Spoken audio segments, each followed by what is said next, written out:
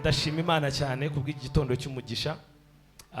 Ndanezerewe cyane kuba aha hantu cyangwa kuba muri iki kibanza no mugisha udasanzwe kandi niteka natewe n'umwami wacu kugira ngo tubashe gusangira ijambo ry'Imana.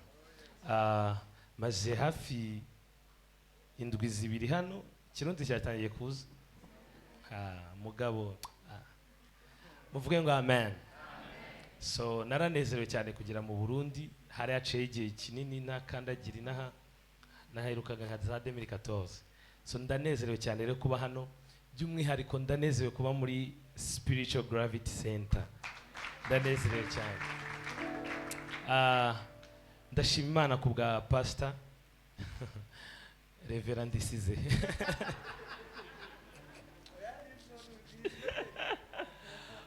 Bwana sifiwe. So uyu ni umugabo w'Imana mudashobora kubyumva.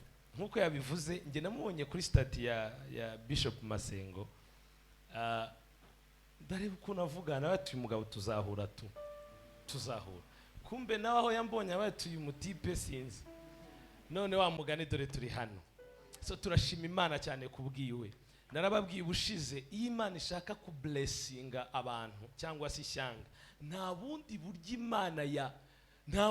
Imana ifite yaheza abantu umugisha, yahezagira ubwoko bwayo atari uguhagurutsa abantu bayo. Kuko dore ikintu gikomeye, Imana muri systeme yayo iblessinga, iha umugisha umuntu umwe, abandi bakaronka umugisha biciye muri uwo muntu. Mwibuke yahamagaye Abrahamu amuha umugisha. Kuva muri Abrahamu, ba Isaka, ba Israeli, kugeza ishyanga ryose ryahawe umugisha kubera umuntu umwe. N'uyu munsi turacyitwa ngo abana ba Abrahamu. Nta bundi buryo. Gravity mufite umugisha udasanzwe kugira umukozi w'Imana. Hari umunyarwanda, hari umugani tugira mu Kinyarwanda sinema mugira mu Kirundi ngo uwambaye ikirezi ntamenya ko kera. Namwe murabugira. Aha. Mbifurije mwe kubimenya. Murabizi. Aha. N'umugisha udasanzwe. Nje naranezerewe cyane. Turakubashye muntu w'Imana. Kandi turagukunda kandi twubaha ubuntu bw'Imana bari ku buzima bwawe. N'umugabo ufite umuhamagaro. Hari umuntu wumva ukumva uraduta. Ariko hari n'undi umva kabisa ukumva birafatika. Amen. So turashimye Imana. By'umwihariko namubonye ibintu byinshi bikomeye. Icyambere, afite umwuka wa spirit of excellence, like esprit d'excellence. Yego mwarabibonye. Nageze hano ndareba, buriya abatumishi mujye mutwitondera. Hari ukuntu twicara twobservinga akantu ku kandi, ijisho rimwe rifunze irindi rifunguye. No, narabibonye. Ikindi nabonye gikomeye, papa ufite abana bazima.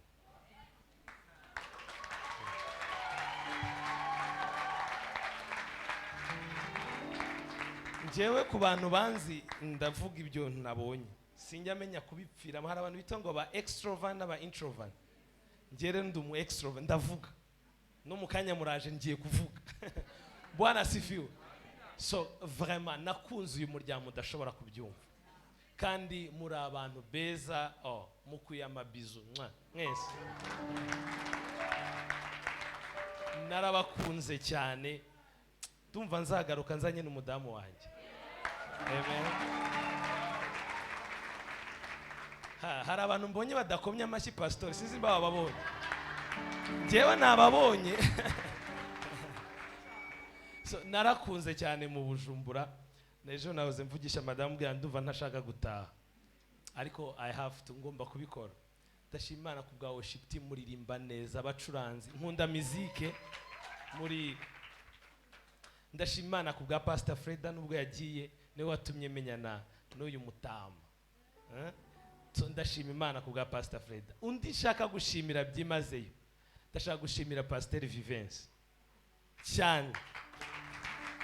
Nimba utamufitiye ishyari wamukomeye amashyi vraiment.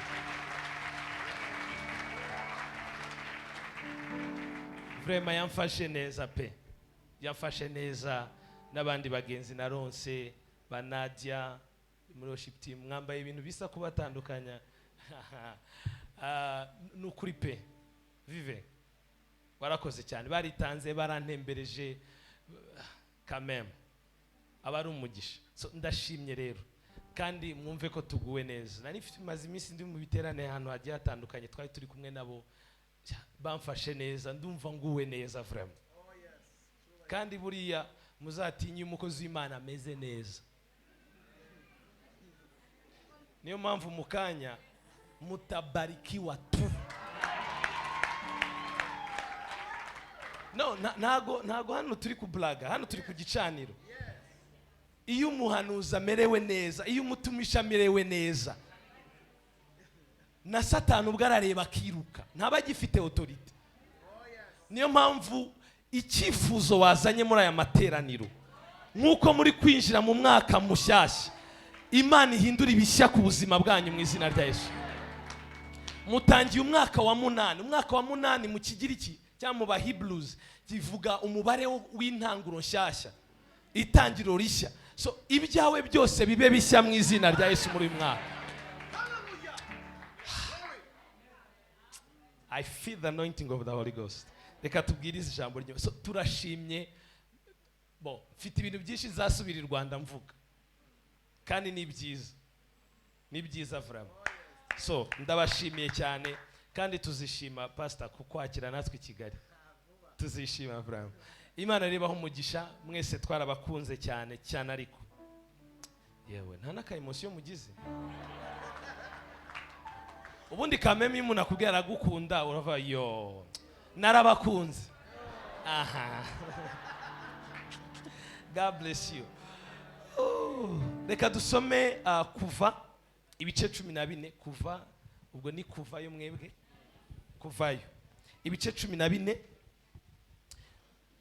duhagurutse twubashye ijambo ry'Imana ni byiza projecteur badufashije nabyo bakabiprojecta abari umugisha uzi gusoma neza ikirundi yadufasha kugira ngo nge ntaza gukora ibitangaza n'ibimenyetso kuvayo ibice 14 umurongo wa 10 twashitse tapi kuvayo ibice 14 umurongo w'10 haranditswe ngo Farao abegereje Abisirayeli bunamura amaso babona abanyegiputa babomye inyuma baranduka imitima maze batakambira Uhoraho babaza Mose bati mbega ntamva zari muri Egiputa mu kutuzana gupfira mu bugararwa kiri gikomeye mu bugaragwa nicyo tugiye kuganiraho ni the secret of wilderness cyangwa se ibanga ry'ubugaragwa twebwe tubivuga mu butayu ninza kuvuga ubutayu mwumve ubugaragwa yego murabyumva tuje kuganira ibanga ry'ubutayu leo ni leo kugira ngo kutuzana gupfira mu bugaragwa niki cyatumye utugirira urutyo kudukura muri Egiputa mu yandi magambo bageze mu butayu bifuza gusubira muri Egiputa kandi batazi impamvu bagomba guca mu butayu munyumve neza muvuge ngo avance mbabwire sema avance naratangira reka ntangire gutya mu ijambo mutumisha ikintu nabonye mu ijambo ry'Imana ijambo ry'Imana ntirihabwa imbaraga n'amagambo tuvuga ijambo ry'Imana ubwaryo ni imbaraga uzi impamvu rihinduka imbaraga nuko ijambo ry'Imana rifite umwuka uherekeza ijambo muranyumva neza buri jambo ry'Imana ryose rimanutse ku bwoko impamvu ritakinga ubuzima bw'abantu nuko rifite umwuka waturutse kuri nyiri jambo mu yandi magambo iyo ijambo rivuye ku Mana rimanuka biravuga ngo nk'uko imvura igwa nisubire idatoheje ubutaka niko ijambo ry'Imana rimeze iyo ijambo ry'Imana ryamanutse ntago rishobora gusubirayo ridakoze umurimo waryo niyo mpamvu ushaka kubabwira ngo mu mwanya muto tugiye kuganira ijambo ry'Imana uze kuba maso kugira ngo wakire Imana ni inshingano ryayo kurinyuzamo rikamanuka ariko ni inshingano ryawe kwakira icyo Imana yateguye sopra.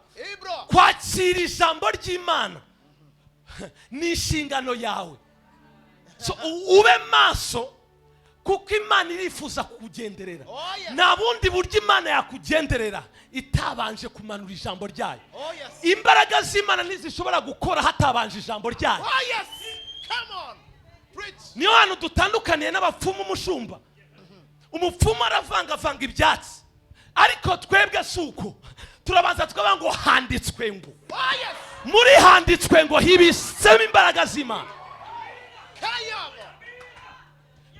Ijambo ry'Imana niryo ryaremye inosi utemberaho. Muri Genesi yaravuze ngo habeho maze habaho. Bishatse kuvuga iki? Imana ifite integrity ubunyangamugayo bwo gusohoza ijambo ryayo yavuze.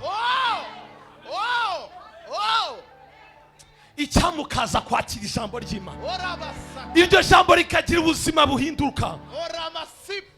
Abagabo bakiriye ijambo ubuzima bwabo burahinduka. Uyu munsi wakwakira ijambo rimwe, ijambo rimwe wakwakira ryahindura amateka ku buzima bwawe. Abrahamu yakira ijambo Imana ngo nzaguha umugisha. Uyu munsi imyaka ibihumbi n'ibihumbi iraciyeho turacyahamagara Abrahamu. Ijambo gira mugenzi wangu imbaraga z'ijambo. Ijambo iyo wamaze kuri tafuna, wamaze kuri mizariri hano, ya hari ikintu kitagutera ubwoba. Uzi impamvu? Hari icyo wibitseho. Nta handi imbaraga z'abakristo tuzikura zitari mu ijambo ry'Imana. Niyo mpamvu ijambo ni ubuzima. Nkunda ijambo. My God, we know. Can I preach as I feel it? Ndumva amavuta ya mwemu yera kabisa. Vuga ngo amen cyane. Vuga ngo avance cyane. Ubwo nafatiye mwicare. Yo.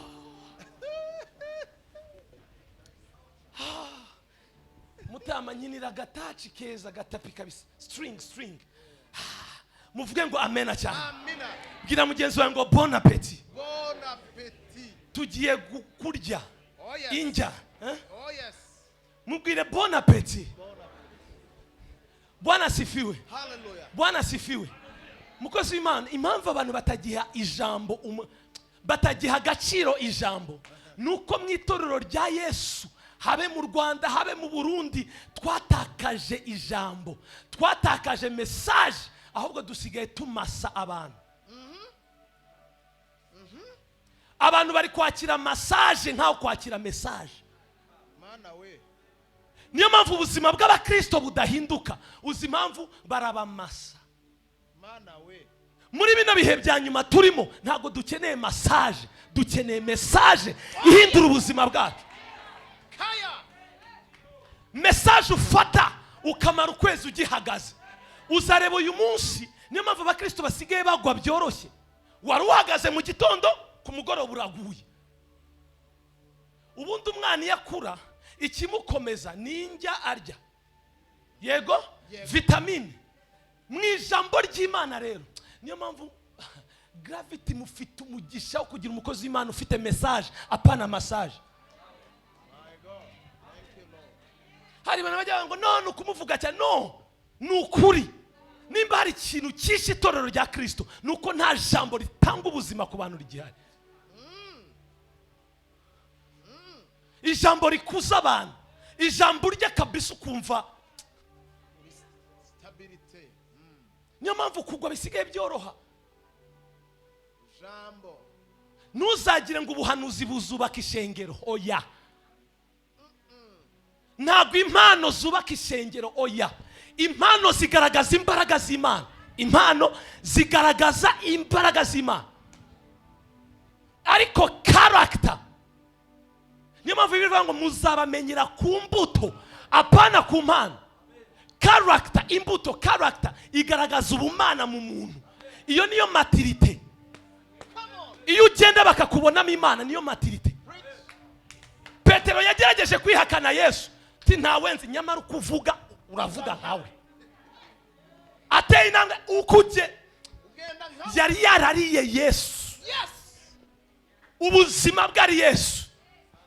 By the way igikomeye si ukwakira Yesu, igikomeye ni uguhindura Yesu ubuzima muri wowe. Abantu benshi bakiriye information ya Yesu ariko Yesu ntago yigeze transform ubuzima bwabo kugira ngo buse n'ubwa Yesu. Yesu c'est information.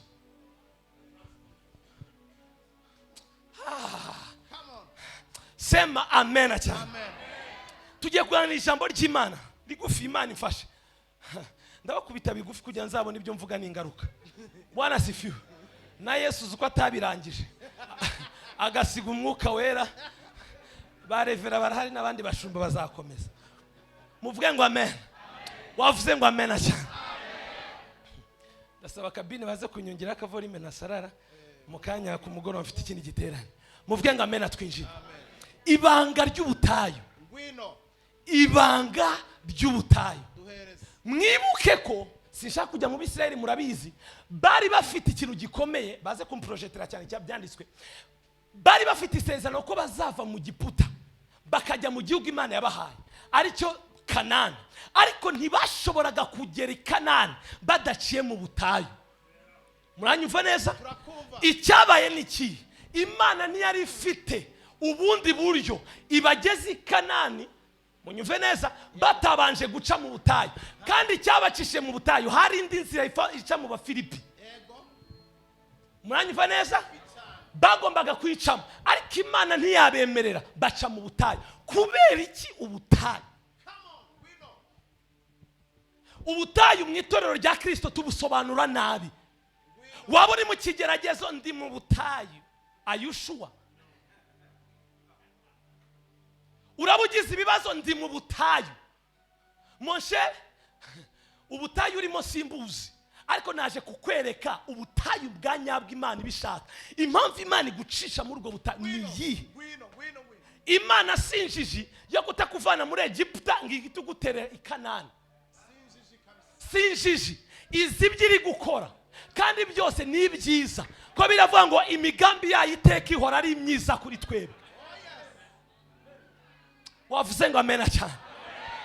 Abisirayeli bari bafite amasezerano yo kuzagerayo ariko Imana ntiyabakundira batabanje guca mu butayu. Kubera iki ubutayu? Icyambere, ubutayu sahandi Imana ikujugunya kuko yananirwe kuzuza icyo yavuze. Muri kubyumva? Ubutayu sahandi Imana ikujugunya yananiwe kugukurayo. Cyayananiwe. Hari abantu batekereza ko Imana ibikiza, hari ibintu twitwa kwikiza. Ushaka kwikiza umuntu, murabyumva? Usa nk'umwigize ko Imana ntago yagushyize mu butayu kugira ngo ikwikize. Nta nubwo yagushyize mu butayu kugira ngo ikujugunye. Oya, hari impamvu. Hari impamvu. Ngwino. Ubutayu sahantu ho kutabwa.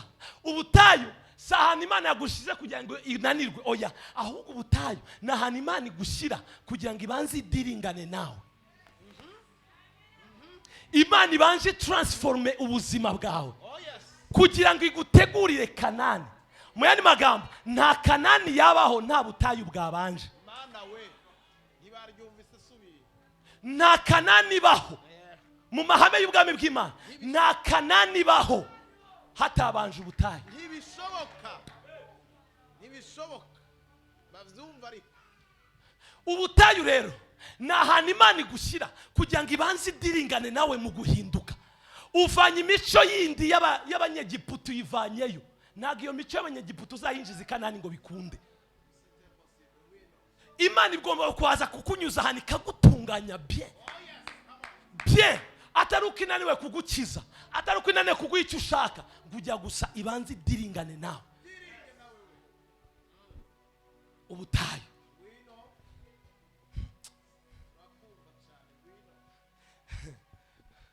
Ubutayu.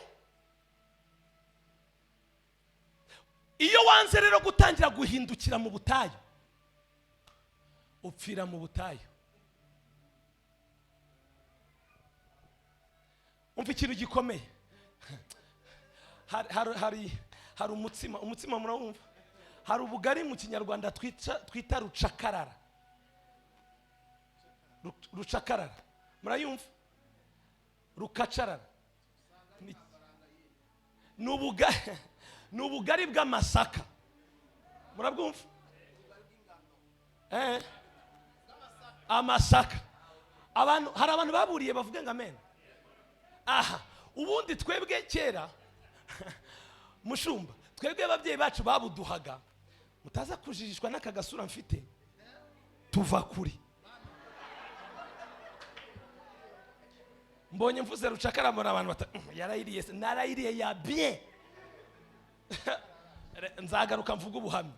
Ubundi umubyeyi yarayigukubitaga nka 12 za mu gitondo kare kare, inkoko ikibika akayigukubita kingana gutya, yanze akagukubita n'igicupa cya litiro y'amata. Nuba ngo ujya kwizanisha iby'ubwanurira mama ahinguye avuye ku murima. Urumva icyo kintu? Sinzi ko muri kubyumva. Abantu bayiryaga barakomeraga, nta bintu by'imyiteto ngo mamayi papayi. Abantu bareruca. Mzee yari ndabona yarayiriye, unayikumbuka? Iwan warayirya gukaburi strong. Iki gitondo rero ngiye kubagaruburira rucakarara y'umwuka. Rucakarara y'umwuka utayikura, urayirya by power by thought. Bwira mugenzi wangu bon appétit.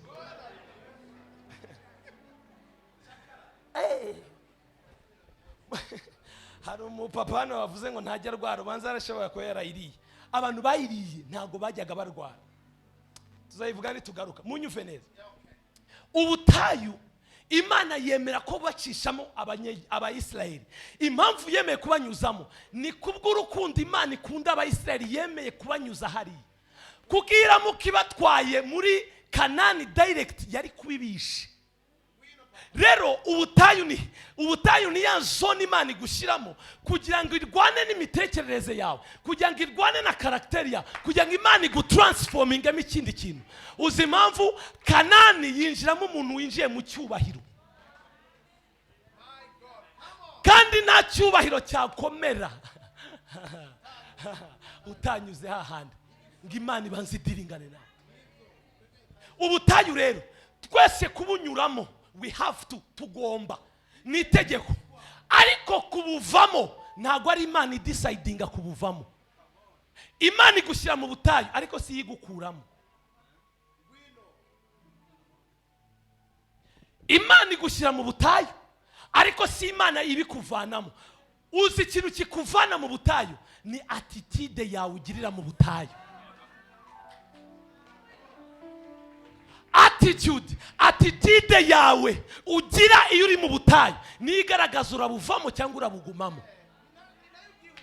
Wibuke, ninayibyihutisha, wibuke Abisiraheli kuva ku myaka 20 kuzamuka bose bapfiriye mu butayu.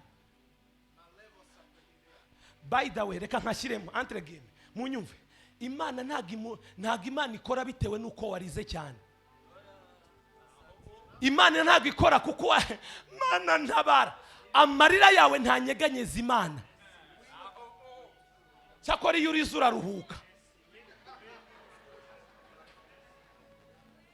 Amarira si yatuma Imana ikora, mu byumve. Imana inyeganyezwa n'ikintu bita amahame. Principe.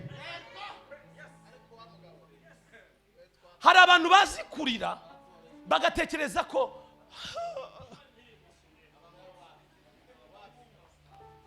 hari nabifashisha cyanditswe cya Yeremiya ngo bahamagara abagore bazi kuriboroga. Murakizi icyo cyanditswe? Abagore bazi kuboroga. Igikauntinga mwabamama mwe suko mwaboroze, ni iki kibaboroza? Kuko na muka Potifari nawe yaraboroze. Mufite mbabwi? Muka Potifari nawe yaraboroze, avuga ko Yosefa mufashe ku ngufu.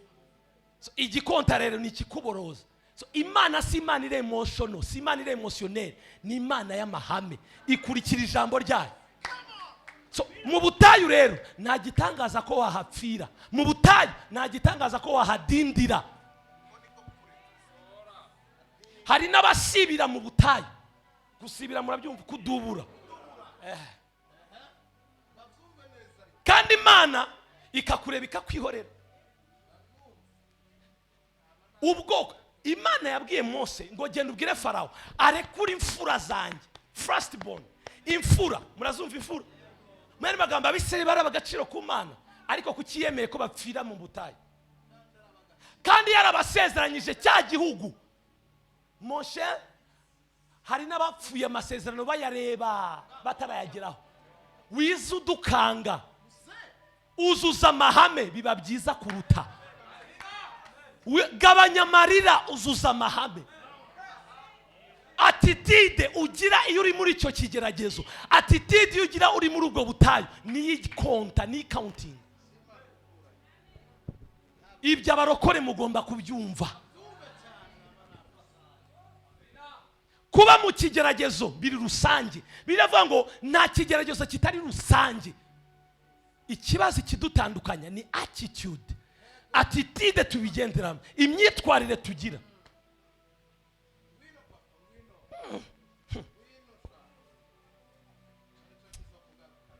Munyumve neza, muvuge ngo amen. Mwandakariye. Muvuge ngo amen cyane. Muvuge ngo avance. Say avance. Abisirayeli bagere mu butayu kubera attitude barapfa. Imana itangurana na new generation. Generation nshyashya itangira kuyumvisha. Ihera kuri Yosuwa. Niyo mpamvu Imana itatinye kwica Mose. Uzi impamvu Mose yari yarabaye corrupted. Imyaka 80 Imana imuhamagara. Niyo mpamvu yageze ku rutare nka gukubita rimwe akubita kabiri. Sometimes experience nyinshi si nziza. Sometimes experience zawe iyo uzijyanye imbere y'Imana ntago bikora. Imana ishaka umuntu ufite imitekerereze nk'iy'umwana. Niyo mpamvu Imana yabwiye Yosuwa, papa yabwiye Yosuwa ngo ibyanditse muri iki gitabo cy'amategeko.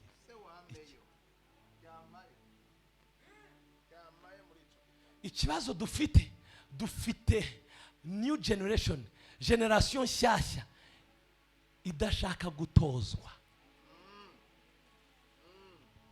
Kubera iki? Kubera ubwibone no gushaka. Ubu dusigaye twarageze mu isi ya microwave. Microwave murayumva, cya kintu gishyushya ibintu, microonde. Uri muri iyo si, urakijijwe mu gitondo ndashaka guhanura, ntago bibaho. Peti icara.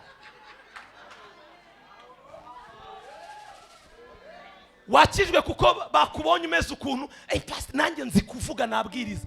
Hano ntago hakora uzi kuvuga, hano hakora uzi kuyoborwa na Mwemu Yera. Reka mbabaze kantu gakomeye mushumba namenye. Kuki Imana yabwiye Yosuwa ngo ukurikize ibiri muri iki gitabo? Mbibuse ibyanditswe muri icyo gitabo ni Mose wabyanditse, si Imana yabyanditse. Kuki Imana itamwe ngo njyewe nzakwigishiriza? No, Imana ni Imana ifite protokole. Yamagenda usoma ibyo Mose yanditse, biriyo wihagararemo nanjye nzakuzamura. Mentorship irakenewe. Sirituye muri ibyo periode, mentorship irakenewe. Gutozwa. Dufite abantu badashaka gutozwa. Kuba uri mukuru ntibivuga ngo mu mwuka urakuze.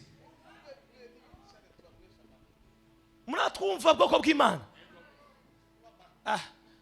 Mwanyanze n'ukuri.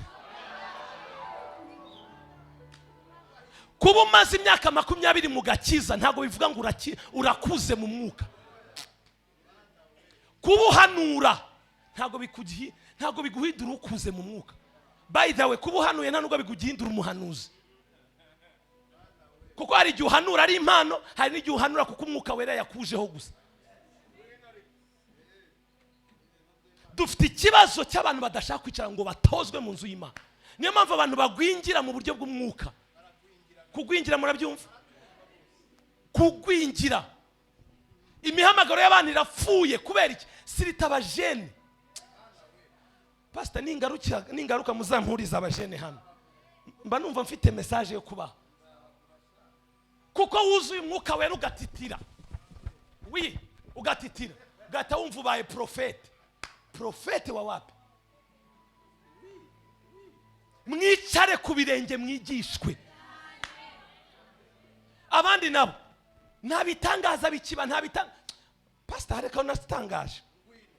Yesu ko atigeze akorera intumwa z'ibitangaza akabikorera abandi. Ibitangaza ntago bikuza umuntu. Ibitangaza ni by'ababebe spirituel. Bébé spirituel avec bavette.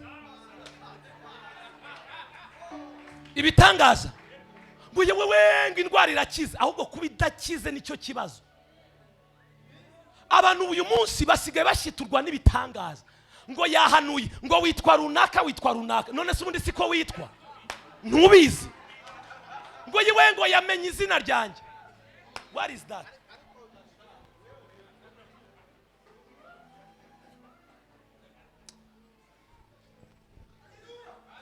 Abantu bakareka kwicara ngo bigishwe ijambo ry'Imana. Barashaka ubuhanuzi. Ubuhanuzi ntabwo bukuza umuntu. Ubuhanuzi butanga direction. Ndi kubivuga gutya suko ndwanya ubuhanuzi. Oya, mubyumve neza. Ubuhanuzi simburwanya. Ubuhanuzi butanga direction. Ubuhanuzi butanga gukomezwa.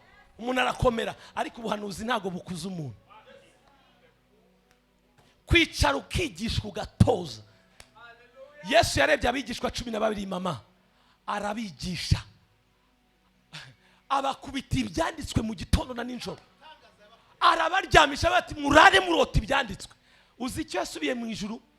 Petero wigishijwe yasigaye akora bya bitangaza kuko yigishijwe. Yosuwa impamvu yatwaye ira generation nshyashya yari yaricaye aratozwa. Mu butayu Imana ihagushyira kujya wigishwa. Kandi iyo wanze guhinduka uradindira. Uhora uterana ariko nta mpinduka. Ugaterana wakijwe muri 1990 na n'uyu munsi uracyari wa wundi. Bebe spirituel. Warangiza bakuvuga pastor bamvuze sinzagaruka. Bebe spirituel avec bavette. Bakuvuze. Yesu bamuvuze ibingana gute? Ari umucunguzi wawe. Narabyaye ntibansura. Iratorero sociale iri hasi. None se ubundi waje hano kubera sociale? By the way, reka mbivuge mba shocking. Sociale ntago ari iduhuza mu rusengero.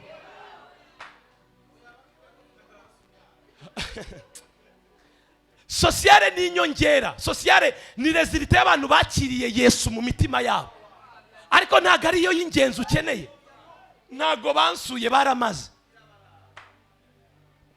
Uriya baramusohokanye baramuririmbiye kuri anniversaire. Ubu ari abantu bakomerekejwe n'uriya mupapa. Njyewe ngira anniversaire ntibampaye agatuti. Wasenze ute?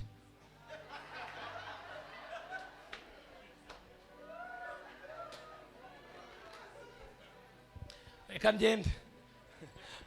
Muvuge ngo avance. Asema avance.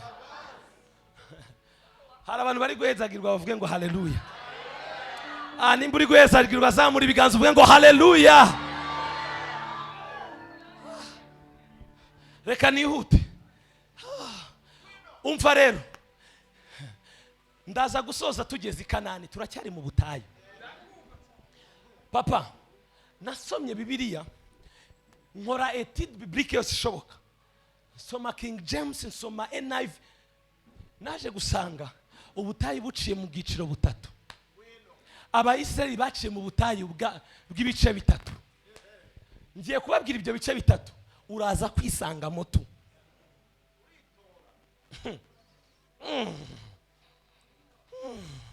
Are you ready? Muriteguye?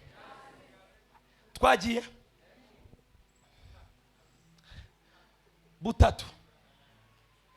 ibyanditswe nzaza mvuga media baramfasha bajye baye projecta kubera time nzaza mbivuga kuko mbiza ariko ndanabisoma mushobora kubisoma mugeze mu rugo yego kugira ngo twihute. Bakiva Israel bakiva muri Egypt bari mu butayu bagenda ahantu hambere habakire bashikiye hitwaga Imara. Hitwaga Imara. Munyuve neza urasanga mukuvayo 15:23 mukuvayo ibice 15:23 mundebe mbabwire muvuge ngo amen. Mwavuze ngo amen cyane. Bashitse ahantu bitwaga Imara. Ahantu Imara umva ikintu bahasanze amazi asharira. Bashitse Imara ntibashobora kunywa amazi yaho kuko yari umururazi nico catumye hitwa Mara. Munyumve Mara bivuga ibintu bisharira. Ubutayu bwa mbere winjiramo ahantu hambere hakwakira na ahantu hasharira. Harura. Muravumba murawuzi? Harura. Aha rero iyo ugeze Imara aho ushaka Imana yaguhamagaye ukayibura. Hari gihe wibazwa iyi Imana niyo yavuganye nanjye. Imana yarahukanye. Ijuru ryarayinani ushaka Imana ukagira gute ukayibura. Kandi ubwo buzima mwikwijijisha. Hari ukuntu abantu baza mu rusengero kitera ka make up mama eban kambari cote avec cravate ariko wikwijijisha Imana ugiye ushaka ukayibura. Aho rero uba wakiriwe na Mara. Ibiganza byitwa Mara bebaga kubwiye ngo kujya nikuoneshe karibu. Muvuge ngo amen. Muvuge ngo amen. Imara haragusharirira ku buryo uceceka no kuvuga bikakunanira. Ubundi muvuge amen mbabwira akantu gakomeye. Muvuge ngo amen mbabwira akantu. Ubundi iyo wageze Imara kuvuga biranga. Uzareba iyo umuntu ari mu kibazo ukabasha kuvuga ngewe mfite iki kibazo iki niki ubutaraba. Ukivuga ubutaraba icecekera.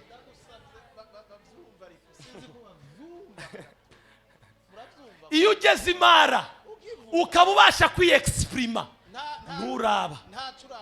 Ubundi kikwereka ko umuntu yageze Imara agera yaga vuga naziba cahanga ugakurikira. Donc ntako Imara haragucecekesha. Abisirayeli barahageze Mose aracanganyikirwa yaravuganye n'Imana. Mose aracanganyikirwa arangije aravuga ati Imana bimeze bite. Imana imuhereza revelation afata igiti agitamo amazi arahumanuka. Nubwo waba uri mu biganza bya Mara hari amahirwe ya revelation y'igiti.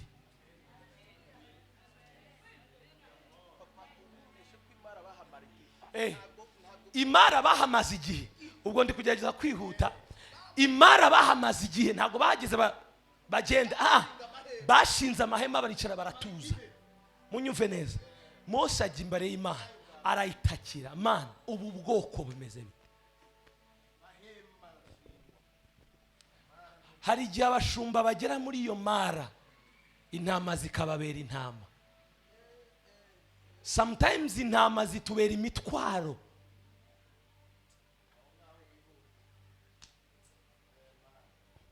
Buriya kamveyo ariko Imana ishimwe ko nubwo ugera muri Mara haba hari akayira kamwe Imana icamo ikaba yatabara.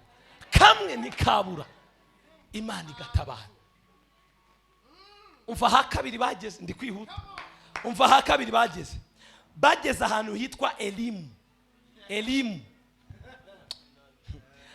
mu kuva 15:27 bashika i Elimu haramariba 12 n'ibigazi 70 basagaza aho nyene kuri ayo mazi. Umva wavuze ngo amen. Wavuze ngo amen. Wavuze ngo amen cyane. Bamaze kuva Imara umva handi bashikiye Elimu. Elimu biravuze ngo hari amasoko 12. Niki kindi mu Kirundi? Ibigazi, twe tubyita imikindo. Abantu batabizi ni nk'ibiti bitwikira izuba. Ni gute papa, ni gute mu butayu ahantu hataba amazi hera imikindo? Mu butayu ahantu hatagera amazi imikindo 70 n'amasoko 12. Imiryango ya Israeli yari 12. Buri muryango afashe munyumve neza. Aha iyo tugeze Elimu ni kwa kuba ugeze Elimu ntago bivuga ngo ubutayu uraburangije. Elimu ni ahantu Imana ikugeza mu butayu kugira ngo igushyiriremo imiyaga, kugira ngo ikorohereze muri rwa rugendo rw'ubutayu. Uzi impamvu amasoko, ubonye amasoko uzanywa amazi. Uzi imikindo 70 yo kubugamisha izuba. Iyo rero ugeze Elimu nani utangiye kubona Imana igukubisa umuduga, ugashyiramo ka AC ukumva ukuntu Yesu agira neza. Mu by'ukuri kuko ugeze Elimu nibivuga ngo ikanani washitse. Hari abantu rero bagarukiye Elimu bahagarika urugendo.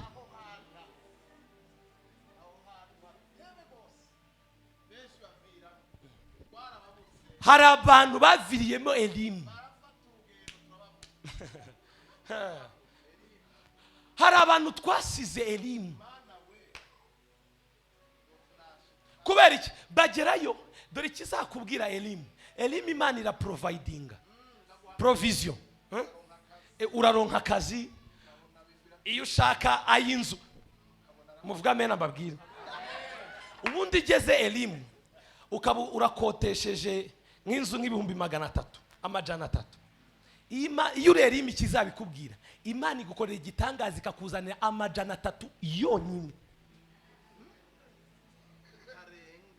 Ntarenga. Iyo uri Elimu ubona amafungurwa y'uwo munsi gusa. Nta stock. Cyakora none ntiwakwicwa n'inzara uwo munsi.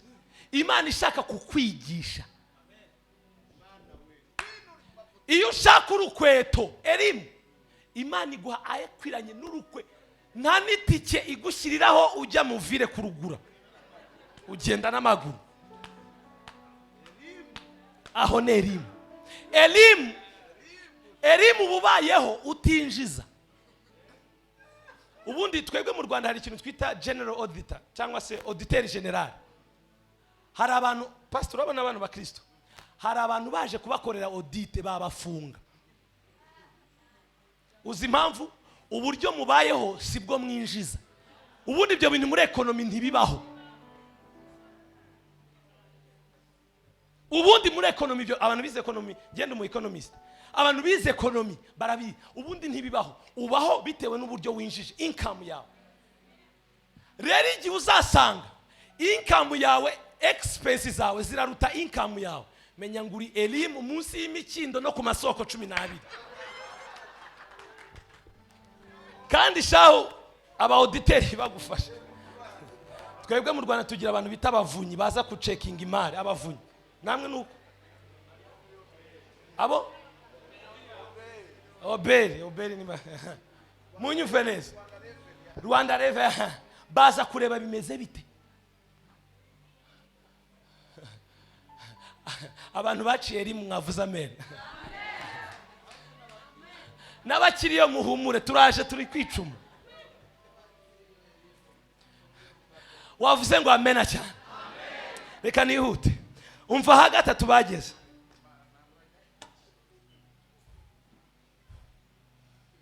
Umva ha gatatu bageze papa. Mowabu. Ibutayu bita Mowabu. Mowabu turasanga mu kubara 22. Ntago turi buhasome ndahababwira. Kuko ho ni harehare. Ako muraza kwasoma. Bagera Mowabu Imana ihagurutsa Baraki na Baramu. Murabyibuka? Baraki yari umwami, Baramu yari umuhanuzi. Yego munyumve neza. Abisirayeli bavuye Elimu mu project. Bavuye Elimu mva icyabayeho. Bakugira hano biti Mowabu. Mowabu wari umudugudu utuwe n'aba Mowabu, n'aba Mowabukazi. muranyumva neza. Bamare bagereyo bashinga amahema hakurya bareba Mowabu. Umwami w'Imowabu Baraki arangira avuga ati ubu bwoko numvisha amakuru, numvisha amahanga ukuntu bayagenze. Umwami ahita ashya ubwoba, ahita ajya guhamagara Baraki nk'umuhanuzi ngo aze avume ubwoko bw'Imana. Iyo story murayizi, munyumve rero. Kubera iki Imana igucisa Mowabu? Mowabu hasigura iki papa? Mowabu hasigura iki? Mowabu ni igihe abantu baba bamaze kumenya inyenyeri iri ku buzima bwawe. Mowabu ni igihe abantu baba basobanukiwe icyo Imana yavuze ku buzima bwawe. Iyo ugeze Mowabu, Imana irakweexpose bya bindi yavuganye nawe, kugira ngo bya bindi yavuganye nawe bibanze bikugerageze.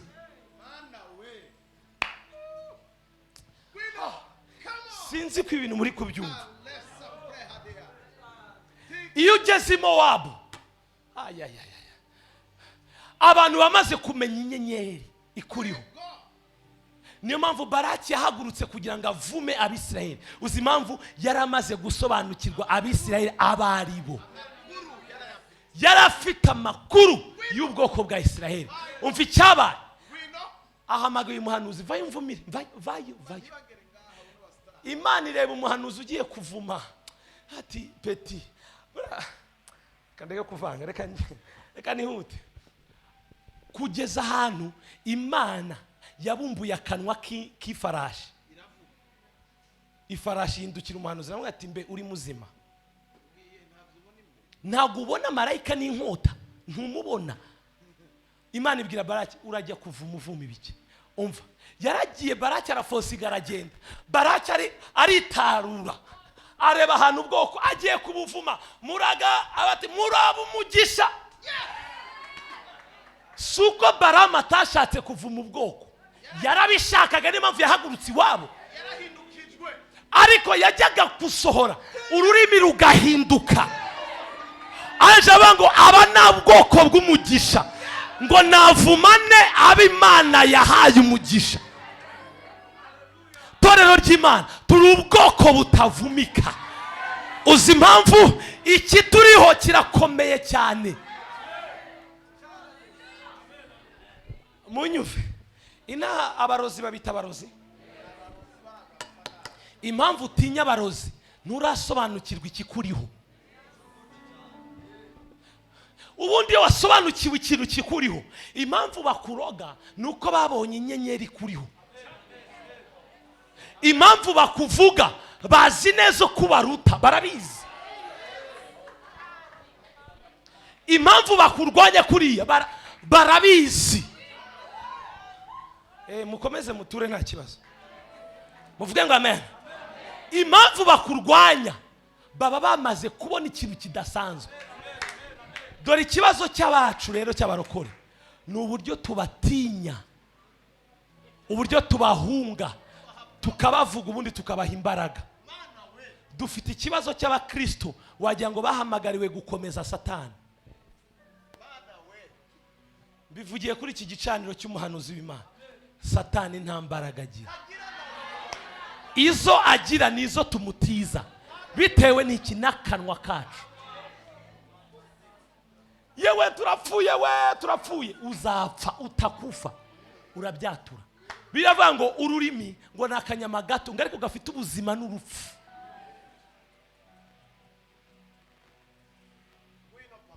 Mowabu babonye inyenyeri yawe, baba babonye ya masezerano agufi, baba babonye. Reka rero mbabwira akantu gakomeye cyane, muvuge ngo amen. Imana ntabwo ikurinda kuko uri mwiza. Imana ntabwo ikurinda kuko uri boga cyangwa uri umukobwa mwiza. Imana ntabwo ikurinda kuko utanga icyacumi, nubwo nabyo bitanga umugisha, ni byiza. Imana ikurinda kubera ijambo yashyize ku buzima bwawe. Kirya Imana yaravuze ngo natanga ingabo nyinshi zigapfa ku bwawe. Mu yandi magambo, wowe urakomeye imbere y'Imana, ntusanzwe. Birambabaza kubona abakristo batarisobanukirwa nk'abakristo papa basenga, mana ngo ubwo yaciye bugufi, mana ngo ntacyo turi cy'imbere yawe, mana turi iminyorogoto imbere yawe. Iminyorogoto murayumva? Imisiba. Mana turi imisiba imbere yawe, ngo ubwo yaciye bugufi. Lack of knowledge. The Bible says my people are perishing because of what? Lack of knowledge. Ubwoko bwanjye burimbiwe no kutamenya. Apana abarozi, abarozi bafashe hasi. Uburozi bwa mbere ufite ni hano mu mutwe. Mana ndumunyorogoto, ndumusiba imbere yawe. Buretse mbabazi, Yesu yaje gucungura imisiba, agatanga amaraso y'igiciro. Birababaje. Umva, bwira mugenzi wawe ngo Imana iragukeneye. Mubwire ngo uri vrai boro y'Imana, vrai boro.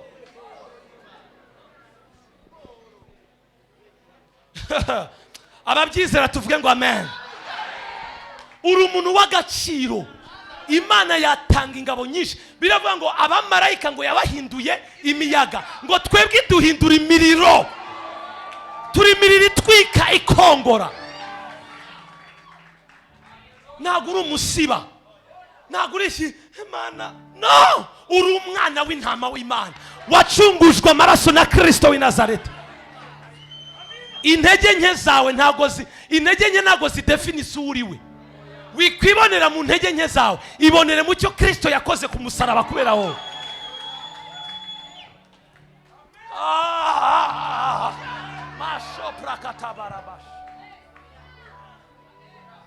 Uri umuntu w'agaciro imbere y'Imana.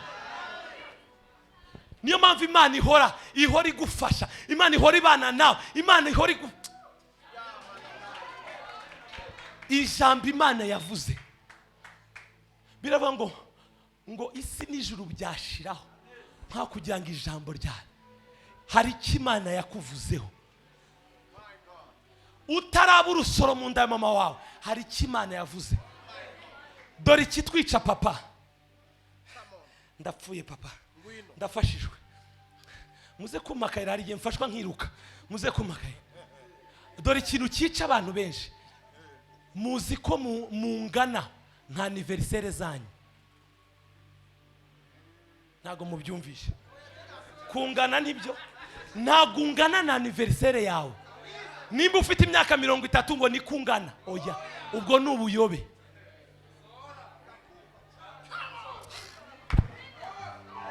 This is too much for you. Ntago ungana na anniversaire yawe. Wowe uri mukuru kuruta anniversaire. Imana yabwiye Yeremiya, nakumenye kera utaraba urusoro mu nda. Bishatse kuvuga iki? Mbere yuko na mama wawe abaho, wewe wari uriho. Masuprakata. Wowe wari uriho. Aho ngaho rero niyo yakuremeye imirimo myiza ugenderamo muri Kristo Yesu.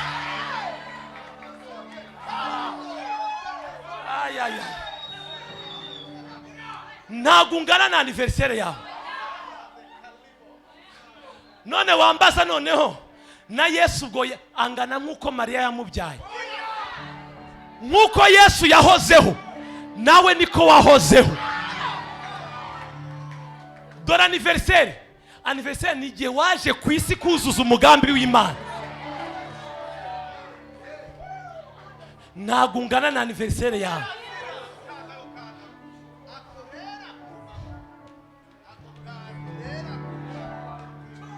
Paramakoprakata.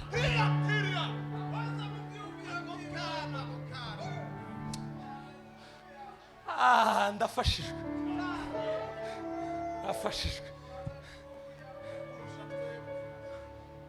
Uri mukuru. Niyo mpamvu n'imitekerereze yawe igomba kuba mikuru. Ntago ungana gutyo, wari uriho. Iyi ni message, ntago ari massage.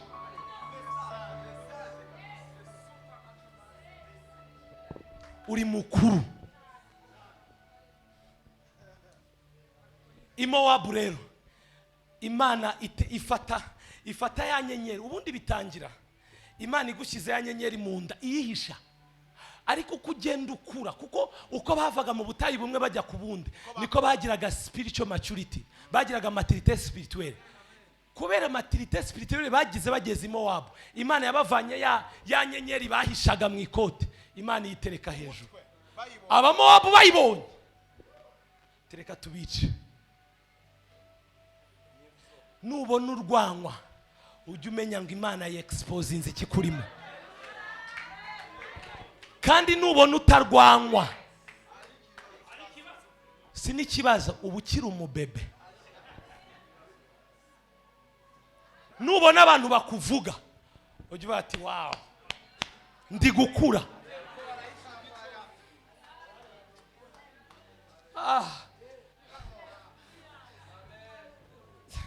Ni byinshi nateguye, sinabirangiza. Pasiteri azabirangiza nawe, na Mwuka Wera azabirangiza. Bwana sifiwe. Cyangwa nzanabihereho ngarutse, ubundi nababwira iki mbimaze byose. Uvuga ngo haleluya. Rero dore hano abakristo benshi bapfira i Mowabu.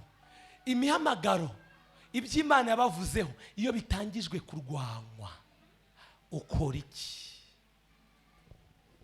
Ubigenza ute? Baraki yaragiye aravuma biranga, yavuma bikanga i Mowabu.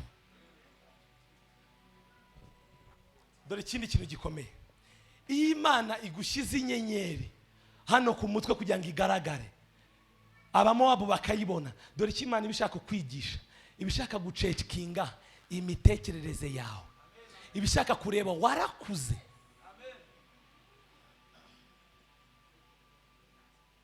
Hari icyo bita growth and maturity. Growth, maturity na niki kintu sinyuma. Growth ni ugukura. Urabona grandir. Nuvuga ngo nk'ubu nabaye muremure, ejo nzakura ngize imyaka 50, sibyo? Donc uko ni ugukura, ariko si maturity. Murabyumva? Imana rero nibishaka kumenya uko wakuze, ibishaka kureba hano mu mutwe bimeze bite, imitekerereze, maturity yawe ihagaze gute. Naho itorero n'abakristo benshi bapfiriye imitekerereze. Biravuga mu Baroma 12 ngo mutange imibiri yanyu bimaze byiza bishima n'Imana. 2 ngo ariko muhindura imitekerereze. King James version, sinzima mufite King James, iravuga ngo be transformed by renewing of your mind. Ngo muhinduke mugize imitekerereze mishya. Mugize imitekerereze mishya. Mwasinziriye abahano? Iranje muvuge ngo amen. Muhinduke mugize imitekerereze mishya. Imitekerereze i Mowabu, Imana ibishaka kuyicekinga, ireba Imana yakwizera warakuze. Kuko management y'inyenyeri yawe ni igaragaza uburyo wakuzemo, kandi nta ukura ataratojwe. Imitekerereze. Papa, dufite ikibazo nsoza cy'abakristo badashaka gukura, badashaka kuba mature. Imitekerereze, gutekereza ibintu biri bigufi. Mu bintu nakunduye uyu mushumba, uyu mubyeyi wayo, areba kuri. Mwarabibonye?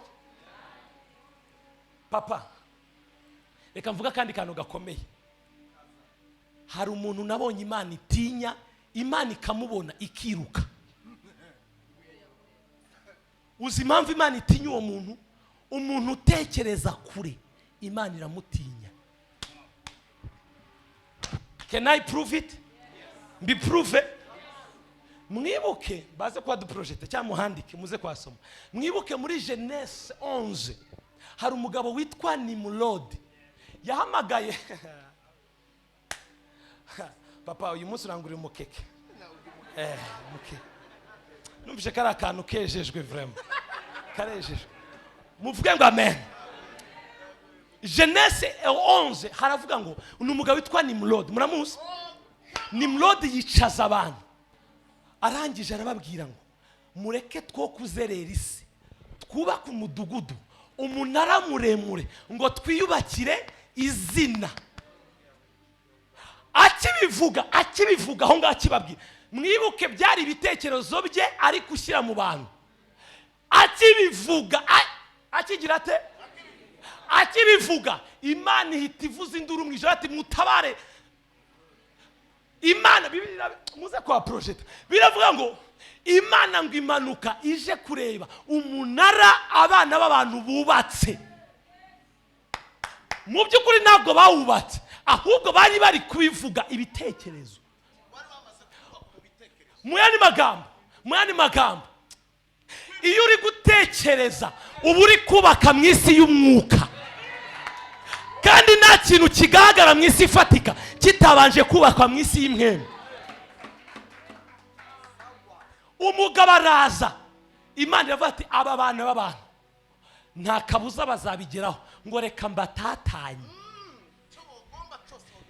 Iyi Imana yibeshya ntitatanye indimi zabo. Abo bantu umva bameze bate? Bahagurukije Imana, apana marayika, Imana. Umuntu watekereje imitekerereze. Imana ireba ibyo utekereza hano biba biri kubakika mu isi y'umwuka. Kandi nimba ushaka kubona ibyo wawubatse mu isi y'umwuka bifatika, banza ubitekereze. Imana ntishobora kuguha icyo utatekereje. Imana yabwiye Abrahamu ngo aho urebesha amaso ngo niho nzaguha. Abrahamu papa ntiyaharebye gusa, yarahataravereje. Abantu batekereza imitekerereze. Reka mbabwire ikintu gikomeye. Umuntu afite intwaro ebyiri zo gusenga, umunwa ndetse n'imitekerereze. Buriya papa iyo dutekereza tuba dusenga. Ntago mubyumva. Can I prove it? Vuga ngo avance nkubwira kandi. Mu Befeso 3:20 papa biravuga ngo ibasha gukora ibirenze cyane ibyo twibwira n'ibyo dusaba. Mu yandi magambo, ibyo wibwira n'ibyo usaba ni bimwe imbere y'Imana.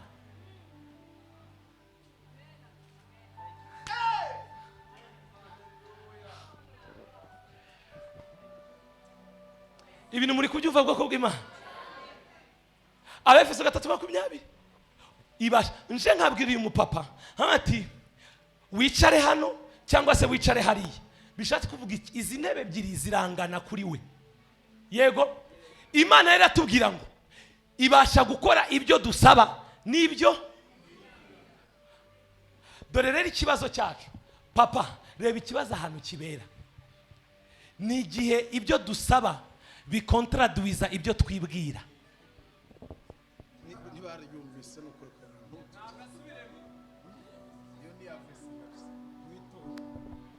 Ni igihe ibyo uvuga bidahura n'ibyo utekereza. Umva icyo Imana ikora. Mu ndebe urasenga, Mana minzu, Mana ndashaka inzu. Inzu murayumva? Ndashaka inzu.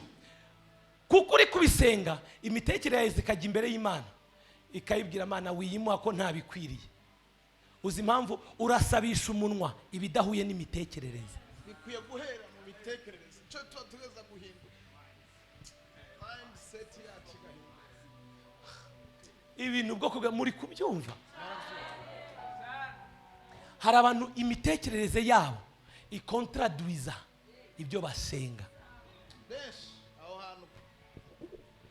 Cyangwa se watekereje ibintu ariko kubivuga bikaba ikibazo. Imitekerereze yawe ibwira Imana akora iki, akanwa kawe kakaba ati ntabyo akwiriye. Bino bita bihuza n'abantu batura negativement, kwatura amagambo y'urucantege gusa. Hari abantu bajya ngo naba expert mu kuvuga ibintu biri negative. Yo urarwaye nuko ari ya ndwara yanjye se, indwara ibaye iwawe ryari? Imana itagukiza ngo Mana warambeshye, wayihinduye iyawe, wayihinduye umutungo wawe. Imana se burangiye ya miliyoni ntago yayimpa, uzapfa ukotesha.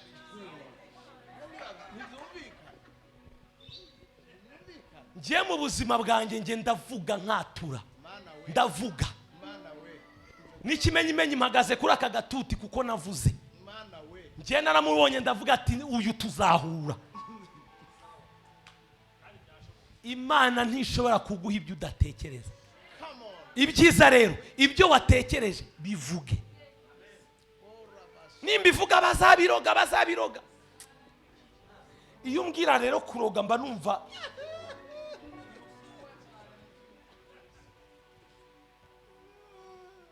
biravuga muri Mariko 16 ngo muzarya icyica ngo ntacyo kizabatwara. Ibyo ni ijambo. Nimbigaragaza barandoga, barangirira ishyari. Mindset. Nsoje mbabwira iki? Torero ry'Imana, ubutayu n'ahantu Imana iducisha kugira ngo dukure. Icyo nakubwira rero, kura, kuko nudakura uri kwica ibintu bimwe na bimwe. Akanyuma nsoze papa.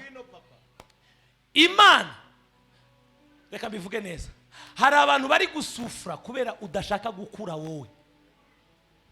Umuryango wawe uri gusufura kuko udashaka gukura. Ikindi, hari ibintu Imana itaguha utakuze. Hari ibintu Imana idashobora kuguha. Bari abana bawe urabakunda papa, nabonye basoma, nabonye ubitaho. Kari agahungu kawe si ugakunda cyane, wagaha kontake ngo kagutware. Nuko si umwanze, nuko umwana atarageza kapasite yo gutwara imodoka. Hari ibintu twaka Imana yatureba ikaduseka mu Gifaransa, ikatubwira ati peti wibinsaba genda ushaka ubumenyi nge mbiguhe. Ibintu sizi ko mubyumva. Hagira abapapa nk'abana aho muze mbambereke. Reka mbaha akarorero kamwe nsoze, sibyo mushumba? Kamwe konyine, babiri muhagarare hariya, abandi muhagarare murebana. Mwegere hino. Ngiye kubaha akantu ntimuzakibagirwe. Wavuze ngo amen. Wavuze ngo avance. Ibintu ntimuzabyibagirwe. Ubundi mu isi y'umwuka cyangwa ibifatika, Imana ikuvana mu bwiza bumwe ujya mu bundi. Yego? Mu isi y'umwuka hari icyo bita realms cyangwa levels. Niveau. Iyi ni niveau ya mbere, iyi ni niveau ya kabiri. Nababwiye ko Imana ikoresha amahame, idakoresha amarangamutima, emotion. Sibyo? Munyumve neza. Iyi ni indi level, iyi ni indi level. Dore kuna amahame avuga. Njyewe mu Kristo ndi hano. Yego? Iyo ushatse guca njia ya panya, ugashaka kwirukanka, ukajya kuri no level, iyi level itigusunika, iragusunika ikagusubizayo. Kuko ibikubwira wowe ntago nkwiriye. Kamba hurukande karorero. Murabona ka kanumbe bakitaguza kandi bazirikisha amafaranga muri banki. Twe tukita fimbo. Agasipya elastic. Murakumva? Murabona elastic yikuruye. Iyo uyirekuye ihita isubira aho yavuye. Ni nkuko mu isi y'umwuka tuba tumeze. Iyo ushaka gusimbuka utabanje kuri level ibanza, umera nka ya elastic isubiyeyo. Niko biri. Niko bimeze wino. Dore rero ukuntu bimera. Iyo uri umukristo hari ibintu utajya gushaka. Ubundi hari level ugeraho. Reka nkwe nk'akarorero. Nureba nk'ubu umubyeyi wanyu pastor hano, Revera pasteur. Revera ndi kwishyira he. Muhuye mu muhanda ipine y'imodoka yatobotse. Hano uyu mupapa kuntu yambaye costume aramutse ahuye na daddy we yatobokesheje ipine. Murayibona? Uzi ikintu ahita akora? Akaga cravate keza n'akagakote agashyira ku ruhande, akabanza akamwegeza ku ruhande, akabanza akamutunganyiriza ipine. Siko byagenda. Uzi impamvu? Suko atayobeye kubyikorera, ariko revo ariho ni bimwemera kubyikorera uyahari. Ibyo rero si ubwibone. Idini niryo ryigisha ibyo bintu. reka ndeke kujya mu idini. Ni level ariho. Kubera level ariho hari restaurant atakwicaramo.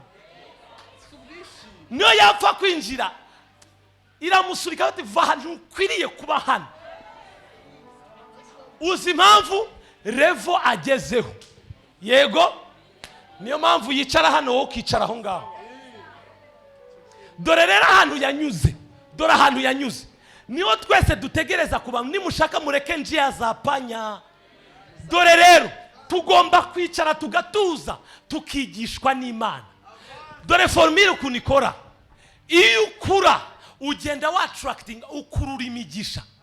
Hari ibintu utajya gushaka ahubwo biza bitewe na maturity ufite. Muri kubyumva torero ry'Imana? Muri kubyumva? Revo ya maturity ikurura imigisha y'Imana ukeneye ku buzima bwawe. Ninzaza ntera intambwe imwe namwe mujye mutera indi imwe mwegere. Mundebe ndi hano ndi muri spiritual gravity center. Muvyeyi wacu ari kwigisha mugire kwizera. Muzamure gafata note ukandika uri gukura. Uri kwigishwa. Wataho ukabishyira mu bikorwa. Ugatera intambwe yo gukura. Mutere noya n'urugendo rurerure. Musubire inyuma ho gato. Muri gushaka gukura vuba vuba. Muvuge ngo amen atorero ry'Imana. Ndi hano. Ese koko Imana izantabara. Ese koko mubyeyi waje Imana izangirira neza ariko uri mu nzira yo gukura. Gatoya gusa. Ukongera ukaza muri worship team ukaririmba. Bagatangaza amasengesho ugasenga. Ugatanga icyacu mugakiranuka ukabwira Imana mana bizagenda gute? Uri gukura. Wowe uri gukura utazi kuri gukura. Yes. Aho hanaho. Icya kabiri. Iyi migisha iri kuzi kwegera ntago uyibona.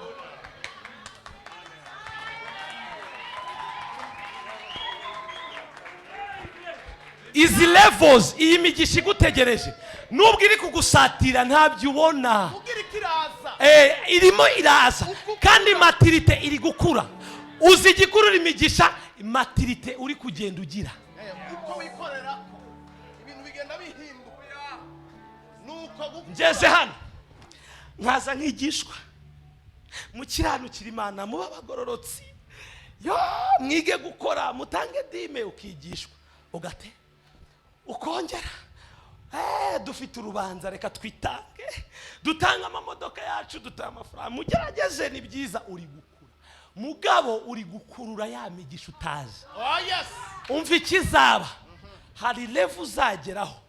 Ya migisha yose ikwegere. Gwino. Mwe muretseho gatoya. Ikwegere mu mpishe. Munyumve. Ya migisha yakwihungagajeho kubera level ya maturity ufite. Niyo ushaka kuyisunika mumve untigenda. Mundeke ni hageze. Imigisha ufite ikakurusha. Ugera hano ukabona imigisha wayisunika ikanga kukuvaho. Wasunika favor Imana ikugirira ntigende. Wasunika ibitangaza ubamo uko bwije nuko bukeye ntibigende. Ni ahandi uhura n'umuntu akaza akavuga ati ndaguhaye inzu ndaguhaye imodoka. Uzi impamvu warakuze. Imana ibamucheka tuwakomera amashyi. God bless you. Iyo ukura ukurura imigisha y'ubwami bw'Imana. Iyo udakura rero nawe ibasubize. Kura. Kura mu mitekerereze.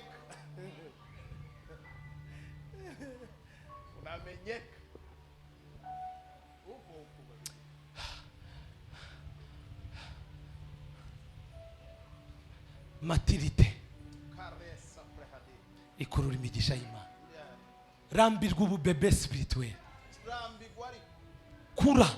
Imana yabashyize umushumba imbere, yabashyize umubyeyi imbere. Mutesha umutwe. Wowe kuguha rendezvous. Right niki? Right. Ni rights zawe. Ni uburenganzira bwawe. mujyanire bibi ati ibi sinabyumvije nsigurira ni ibiki. Jyana ikayi wicare mubyaza umusaruro.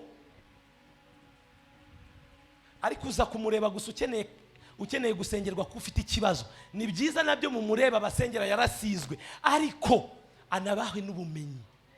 Ni byiza kwigishirizwa hano ku cyumweru no mu mibyizi, ariko murebe muri ofisi mubyaza umusaruro. Uyu ni papa Imana yabateretse imbere. Nimutamubabyaza umusaruro, icyaha kiri kuri mwebwe nicyo kuri we. Uzi impamvu? Iyo ugiye kuvoma amazi kuri robine, uragenda ukareba robine igahita yifungura, cyangwa uragenda ugafungura robine. Uyu ni robine, bitewe n'uburyo umufunguramo nibwo azagusukira amazi.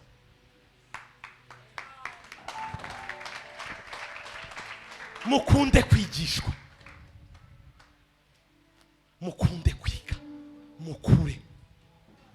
Ubutayu ni ahantu Imana idushyira kugira ngo tubone maturité spirituelle. Iriya maturité izatugeza i Kanani. Nitugeze i Kanani tuzabaho neza amahoro. Kugera i Kanani si ikibazo. Nari kuvuga ahandi bageze hitwa Ikadeshi. Ikadeshi bahageze barebaga i Kanani gutya. Impamvu ki Imana yabagejeje i Kanani ni ugutangira kureba ibiri imbere batarabigeramo. Tangira witoze kubona Kanani yawe ukiri mu butayu. Nimba utarabona Kanani ukiri mu butayu ntuzayigeraho. Imana ya data, Imana nkorera ihumugisha ijambo ryayo mu izina rya Yesu. Amen. Turashimye cyane.